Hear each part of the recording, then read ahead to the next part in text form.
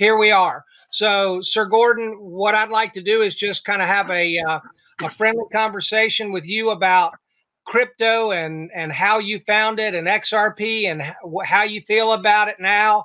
And so I'm just going to kind of ask a few questions and give everyone the chance to be able to get to know you a little bit better.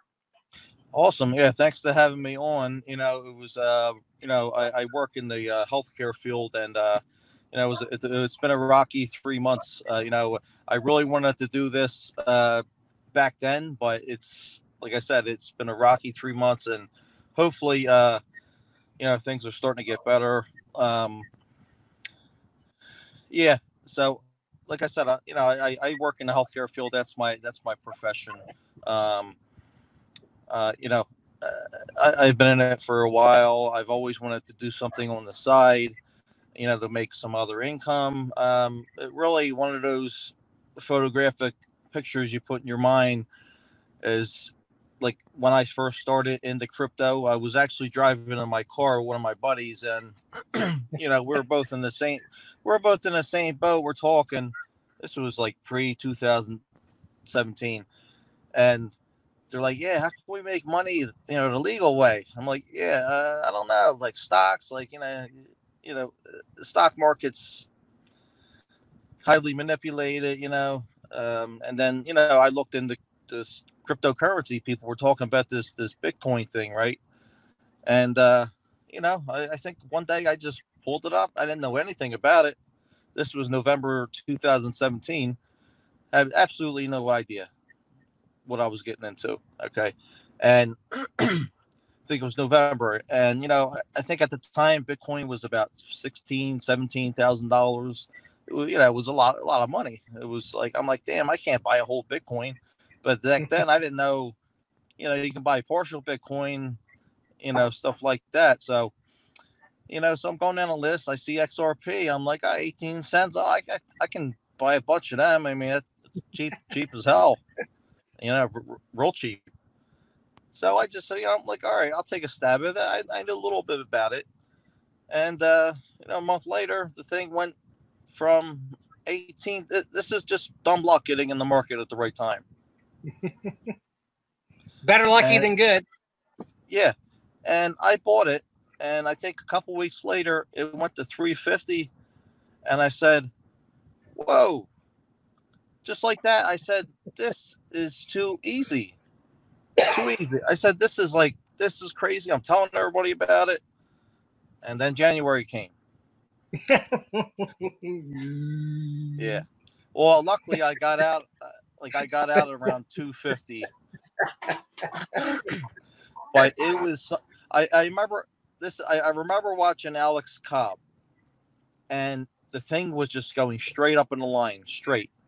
And I sold a little bit early, and this is when I, didn't know much about the FOMO and the, fear of missing out, and it kept going up. So I'm like, shit, I got to get back in. Then I lost my position, and it was something. Like I never really experienced like euphoria like that before, but it was something else. And then the party came crashing down after that, and then from that point in time into today is where I really learned about what fundamentally trading, the fundamentals of XRP is really. It was a hard knock life kind of street learning. You had to do it on your own because something special, I think, and the fundamentals speak numbers. There's no doubt about it. The partnerships that are involved, the people behind it, the impact on the old system, and this new system coming up. It's gonna be a player on how we move money, and we're already seeing it now. A lot of people aren't accepting cash right now, so we can kind of see. We had the bubble pop, and we can kind of see where this is all going. And if you missed out on the internet bubble in the 90s, well, you got a second chance. And this is my belief that this is the future. This is really the future, and it's still early. So. Well, I had a friend the other day. I was talking to Saturday, and they tried to buy a cheeseburger combo at Wendy's, and they wouldn't take their $10 bill. So no, there's a coin shortage right now. Unless you have exact change, they ain't taking it. They ain't not taking it. Gordon, I understand the paper money, why they, are saying that they feel like that the beer cold travels on paper money. But what do you think is behind the coin shortage? Honestly, this is my belief. It's not worth the mint, the U.S. mint. It's not worth the overhead, the cents, like the quarter and like the penny and the nickel and the dime. The overhead and the material, it's not worth making. I mean, the value the value is, I mean, look at the dollar. You can't even get a pack of gum for $1 now. Yeah. So I like that you said that you mentioned the fundamentals, and I'd like you to talk a little bit more about that, the fundamentals of XRP. And I own other cryptos, but XRP is the one that I hold the most of, and that I have the strongest belief in. Right. And I agree with you. The reason I feel that way is the fundamentals. But would you kind of expand a little bit on which fundamentals you feel so strongly about? Well, I mean, I have firsthand use of it. I have brother in Japan. He's in the military, and if he needed money, whatever, the old conventional way, I go to a bank, I wire the money. It takes a day or two, but you're paying $20-$30 for the wire versus he's in the crypto too. I just send him, if he send him some XRP, boom, right there. If he wants to convert into Tether or cash it out, I mean, he's got his money right there. That's where everything's headed. Like this old system that's been in the SWIFT system, it's not even guaranteed to get your funds in certain countries, because all these correspondent bankings in these countries might not even have the funds. I don't know how it lasted as long as it did, to be honest with you. But we're in the internet age. We can send a text message information. Why can't we send money that fast? And it's really about settlement. Speed and everything's good and all, but it's all about settlement. The funds getting in the account 1 to 2 seconds. That's fundamentally that's powerful. That in my eyes that's world changing, and we're dealing with finances. So 2-second settlement time, when you can send billions of dollars in that amount of time, that's powerful. That's really powerful.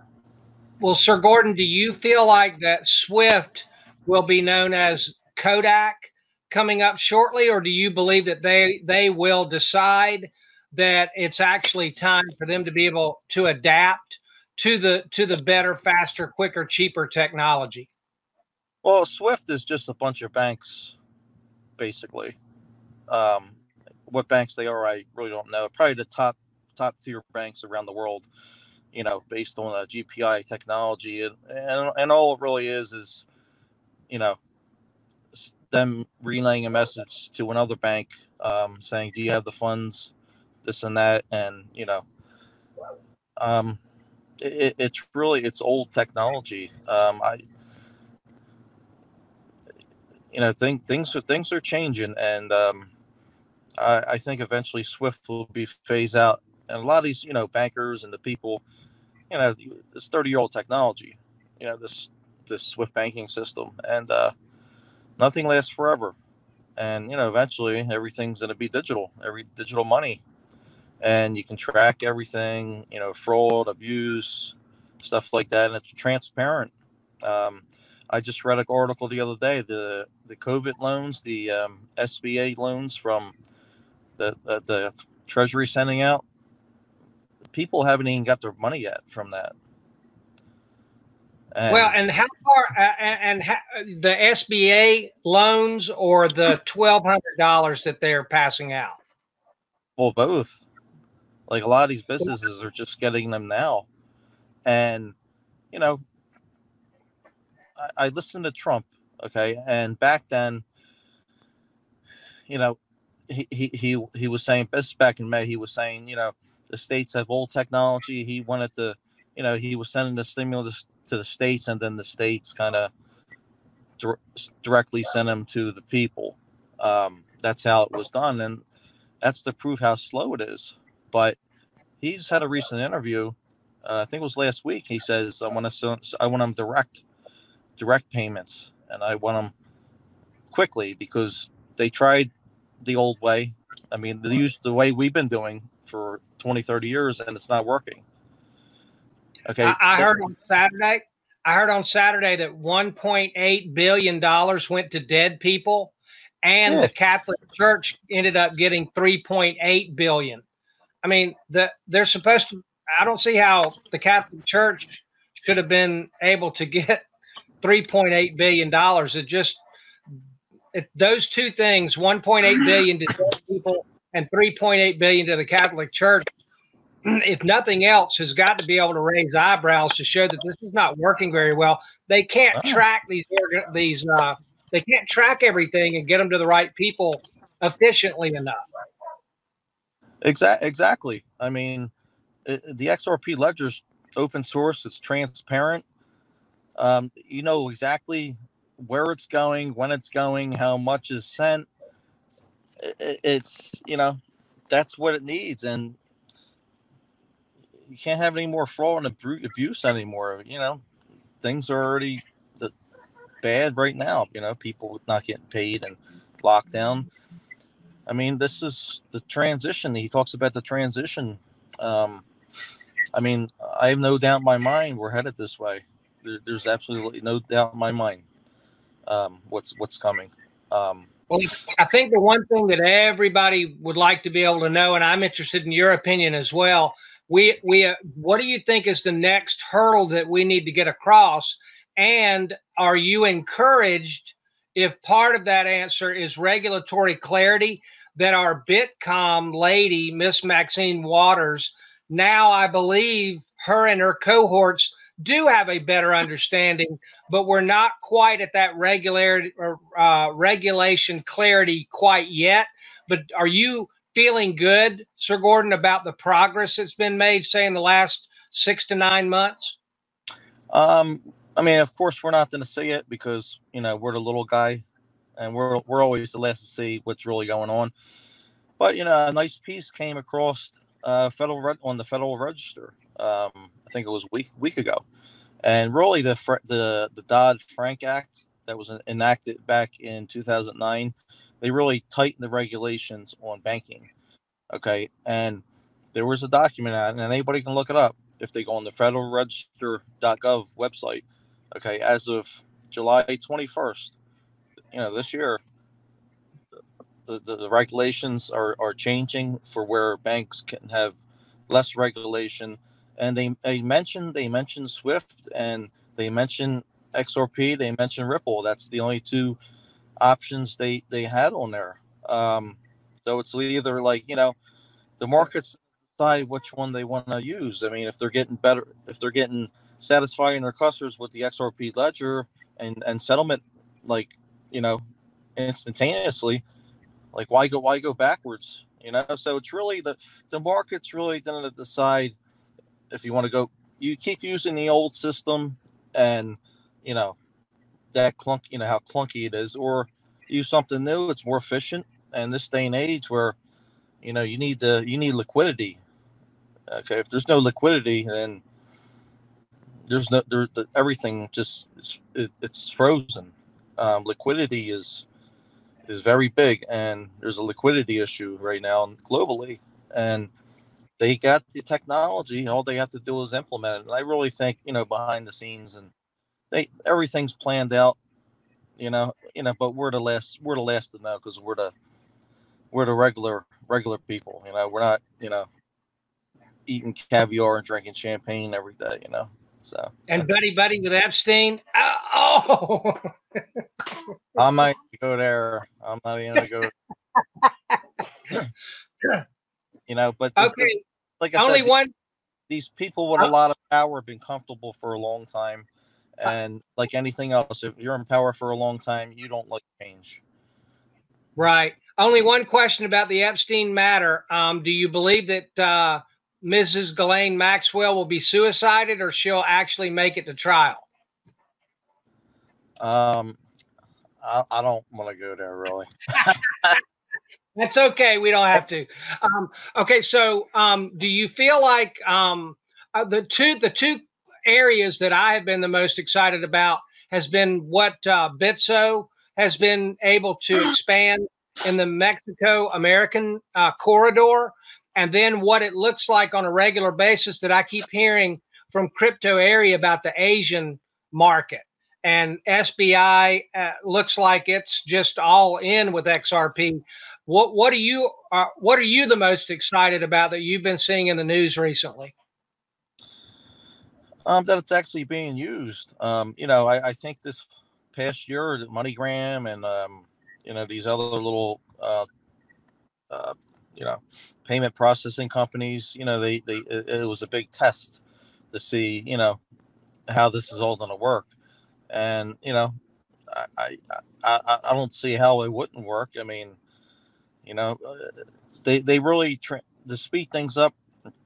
The Ripple cloud is a lot easier to access than getting hardware put in with ODL, because Yeah. through the Ripple cloud, you can just get however they do it. You have access to the Ripple cloud and just plug in the ODL, and that's it. You don't need any fancy equipment. You don't need any, you know, whatever kind of hookups they are, like people coming in to put a code in the computer or download something, or you know, I don't know how it works on technological standpoint, but you know, and anybody can access the Ripple cloud. It's just not just banks. It's, you know, small businesses. It's, you know, people, if they want to, you know, send money from an XRP wallet.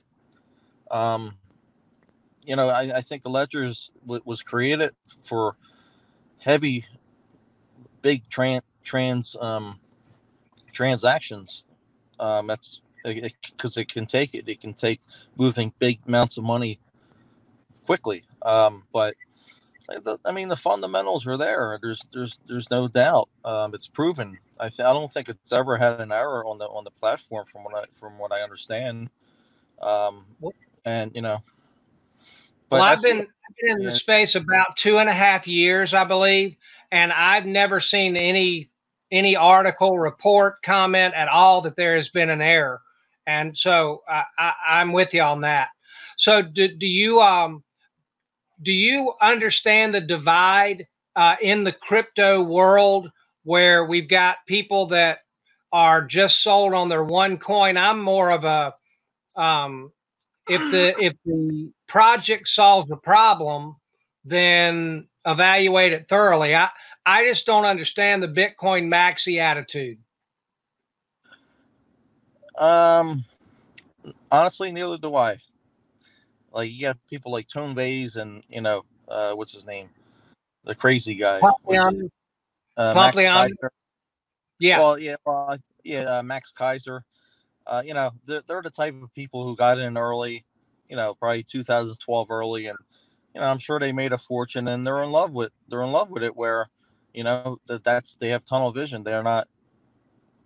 Things evolve.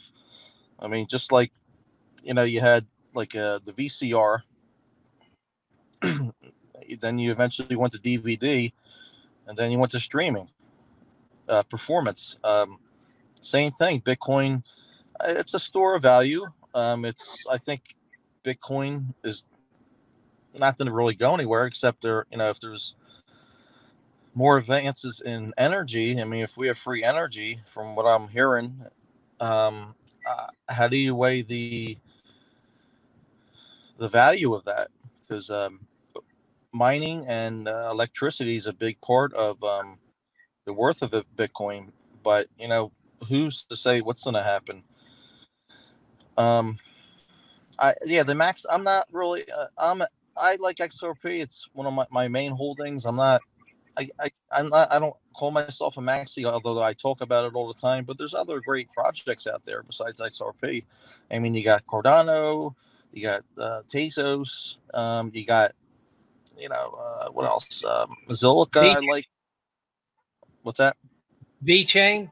VeChain. I like VeChain. What they're trying to do. I don't like that they're involved in China. So I'm kind of, I'm not really long term VeChain, just because they have a lot of China. I just don't trust things that come out of China. That's one of the things, Sir Gordon, that I believe Bitcoin. I don't believe when the original white paper came out that Satoshi imagined that the hash rate would be the majority of it in China. I don't think that was the original vision. And I think that Donald Trump and his entire administration and a whole lot of patriotic Americans are not going to get behind something that is basically controlled the mining in China. And again, that was an unintended consequence, but sorry, folks, it's there. And I don't think there's any way in the world that Trump is going to get behind that with that circumstance there. Right. I mean, China can mine it for dirt cheap. I mean, they're communists. The government can just mine it, which I think they control 3/4 of the mining. I think we're starting to opening up some in Texas and some other parts of the U.S. But I mean, it's a lot of energy you're using to just the mine on a network. That's the value is just the energy production of Bitcoin.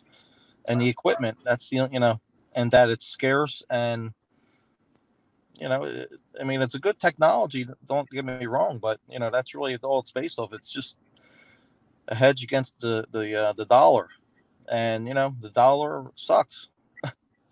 Yeah, I don't think it has a use case. I think Bitcoin Cash has more of a use case than Bitcoin. At least Roger Ver is trying to implement it as payment, because nobody's really going to buy something with a Bitcoin if they know in 5 years it's going to be more money. Because right. that's how it was created. It's today is what, the 13th, and Judy Shelton's vote comes in, I believe, now on July the 21st. Do you feel like that Judy Shelton with the Fed would be able to put another ally in moving the digital economy forward? Oh, she's going to play a role. That's just for sure. She's even said it. She's even said a digital version of gold. She said it on the interview. And the bill with the digital dollar is the latest it needs to be implemented is January 1st, 2021. That's in the bill. That's 6 months from now. Or are they going to wait that long and let China get ahead? That's something with the politicians. But Trump has the power, I believe, to have an executive order. He's not gonna, especially election year, he's not gonna let China get ahead because they're already suffering. So I think she's gonna have a lot of influence with the digital dollar. Could it be ran on the XRP ledger for transparency? I don't see why not. I don't see why not. A digital dollar backed by gold or some kind of precious metal on an XRP ledger where everything can be tracked, and I think that's where everything's headed. I think Macro Market just came out with their digital wallet last week, so that's where everything's headed. I mean, everything's pretty much digital anyway. You're just upgrading everything. So, well, do you feel like that? Have you ever seen anything crazier in our stock market than Hertz filing for bankruptcy, and 3 days later their stock went up 12%? you know, the media, I don't know. The whole market's manipulated. It's controlled by the big players. Nothing surprises me anymore with the stock market. It really doesn't. The silver market, they JP Morgan's been shorting it since Bear Stearns went out of business because they inherited the naked short selling part of their company, or whatever it was, and they've been doing it for a long time. And I just heard somebody say, people want delivery of the silver, and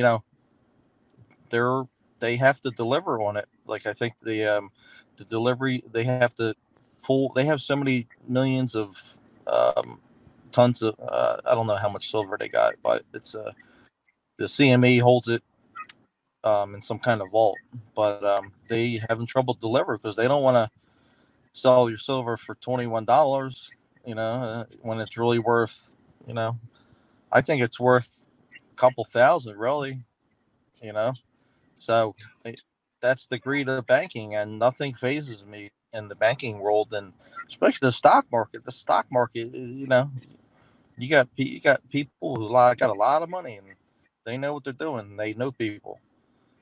So nothing surprises me. That's why I'm not in the stock market, even though it just keeps going up. I'm not jumping in right now. There's no way. Tesla's killing it. I think Tesla just took over Google. They're number one stock right now. So, yeah, nothing surprises me with that. Well, I just can't understand how we've got 30 million, 40 million Americans unemployed right now. We don't really know how this is all going to end up shaking out. But how are these companies selling more products to be able to make the value of their companies go up? I mean, the majority of the stock market since 2008, the growth has been these companies buying back their stock, not expanding their business with more sales. I mean, that's a recipe for failure at some point. You can't kick that can down the road, but so far, and the Fed has continued to, just feed the cash to these corporations, but eventually there's got to be a come to Jesus moment. I think they've stopped that, the buybacks. I think it was like a couple I months saw ago. that. But like before all that, that's artificial. That's not the real value of things. I mean, that's how they do things. They create a bubble, they pop it, and then repeat, rinse, repeat, wash the cycle. That they did it with the housing market. This time it's the debt. I guess the overall debt of everything. Like I said, they know what they're doing, and they're there to make money. They don't care about us. There's no correlation with the economy and the stock market. I think there's otherwise, everybody would be, there'd be no homeless people. There'd be no, people working two jobs. Wife and husband, and So I don't think there's any correlation with the stock market and the economy. The unemployment number before COVID was low, but how good really were those jobs? True. But, yeah. Well, if you and I were writing the Big Short, the sequel, how do you feel like we would be able to write the ending of the movie? Didn't see the movie. Oh, believe it or not, yeah. That is one of the greatest movies I've ever seen of all time. I mean, it showed basically what was happening in 2008 and just how crazy that the whole thing was. I mean, the guys that were selling the investment packages really had no idea what they were. They were creating these derivatives and had formulas put together that none of them could understand in any way, shape, or form, but they were just selling them hand over fist because they were making commissions on them. And then finally, the housing market. Yep. Oh yeah, they were giving loans to people who didn't even have a job. Like, it's like, here you go. Here's a loan. Here's a loan. They're making money. Their stocks are going up. that was pure greed. And, you know, we had to bail them out. You know, we had to bail out the greed. It's like I said, I'm going to have to see it one day, because I'm sure it's pretty good, you know, but it's shocking the fact that so many of these people, they knew what was coming, and they just continued to carry on no matter what. And the the fact that once you see that movie, Sir Gordon, and then recognize that after they did it, then they and reset things in 2008 with the TARP bailouts, and then they allowed these guys to keep doing what they were doing, and the derivative market now has grown on the upside to $1.2 quadrillion. Is just, I mean, that number, and then the fact that America is $147 trillion in unfunded liability debt. Those are the two numbers that just let me know that this fiat money system that we've got, this fractional lending, where the banks can have 1,000 and then loan 10,000 out to make money on, it just failed. I mean, honestly, I don't know how it was legal to begin with. I mean, pre 1971, when he got off the gold standard. I mean, I wasn't around then, but, you know, I'm sure it was sound money then, or it was a lot better than now. But now it's like you can just print money and collect interest, and then eventually you're collecting interest on the interest. It's like it's a big Ponzi scheme. Like, I don't know how for so long they got away with this. And, you know, I'm not trying to be conspiracy theory, but events, you know, back in 1913, when the Fed was implemented, you know, the countries needed money to fight wars and everything. Who instigated the wars? I have no idea. But you know what? The Fed, or a bunch of bankers, came together. Jekyll Island, if you know the I think the monster Jekyll Island, it's called, or something like that.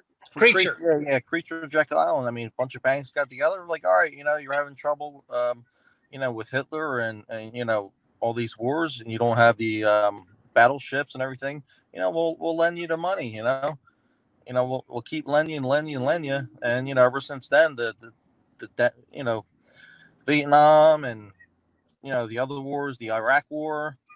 I mean, look where everything is today. It's pure greed. I mean, the only way we're gonna go back to where things were a little more level playing field for everybody is if we get off the Federal Reserve note and go back to a gold standard or silver standard, like Kennedy tried to do. Like, where you can actually go, like this was back then, you know, you can go in your bank and say you have $10 and it says silver certificate on it. You can actually go to a bank and claim your silver. Like, you can't do that now. It's not redeemable by gold or silver. You know, that was the whole point of holding $1, because people aren't going to carry around silver bars and everything.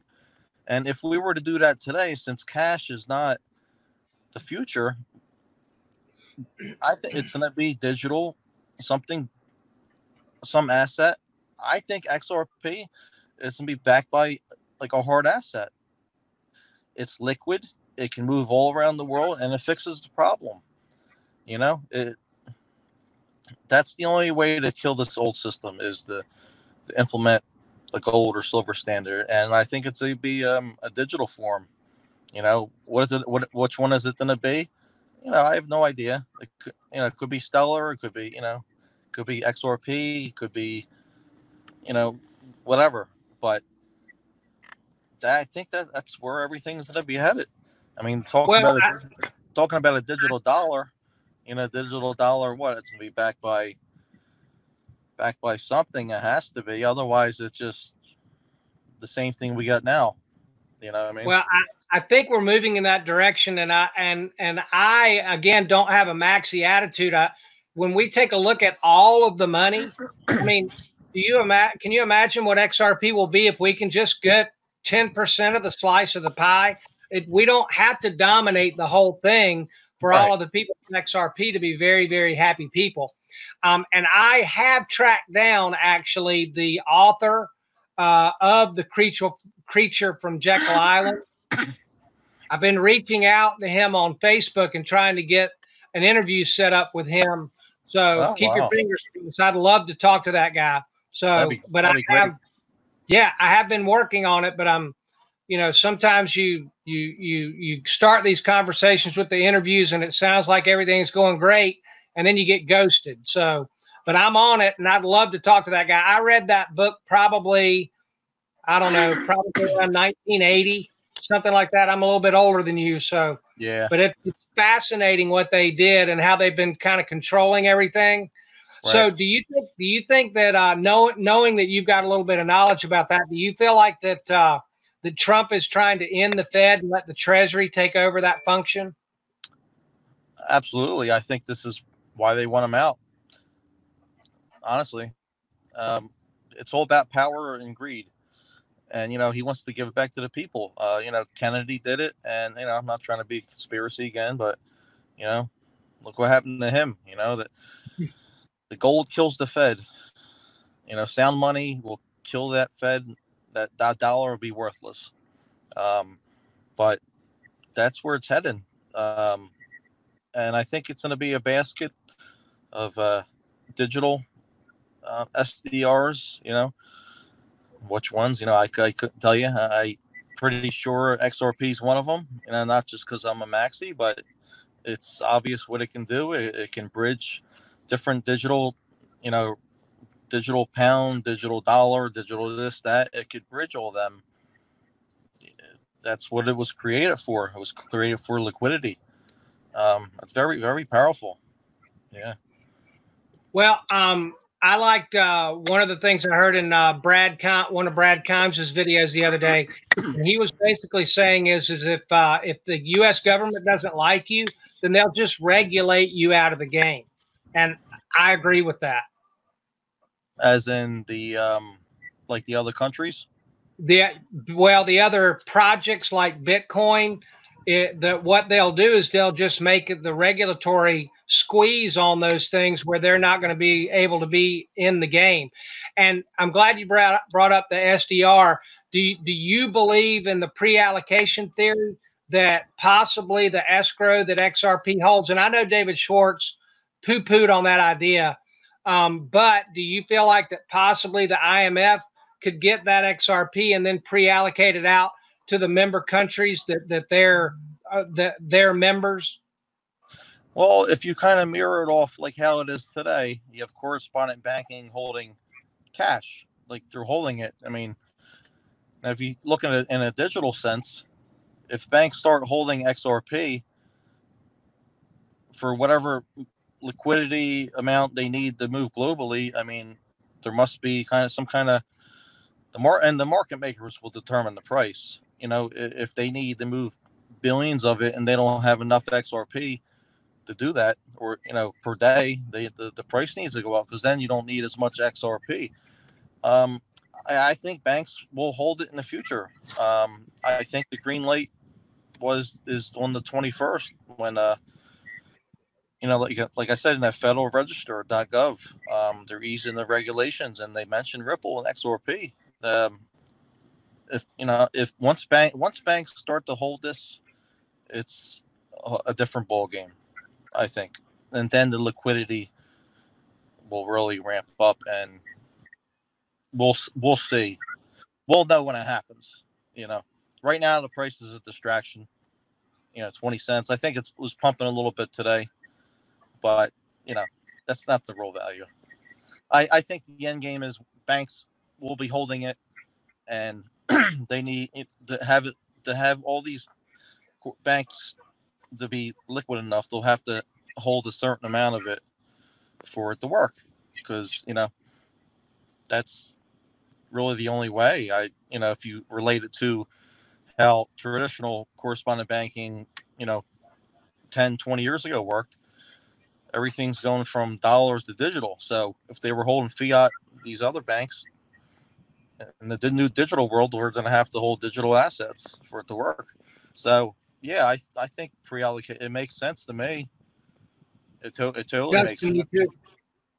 Yeah. Okay, so I know that you're driving, so Yeah. we'll wrap it up. And if you had a final message to anyone out there that on whatever you wanted to say to the XRP community or the human community, what would you like to be able to say to them in closing? Well, I think if you're really in it, if you really want to be successful and you want to really see the real gains and the actual utility of something, never mind the price. I know everybody's been frustrated, but it's a mind game. And if you understand the psychology of how this all works, XRP is highly manipulated, and it's obvious. It's not worth 20 cents. But it's a psychological game, and the point is to get you out. They want you out. Obviously, it's valuable if they've been manipulated for so long. I think it's manipulated. There's no doubt. But that they want you out. But if you're in it for the tech, which a lot of people aren't,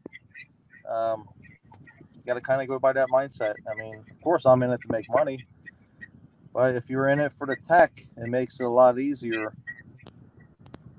to get through the hard times. Flat, no price movement. So when you say in it for the tech, you probably think, oh, what is he bullshit here? But you have to go with that mentality. Otherwise, you're going to give up.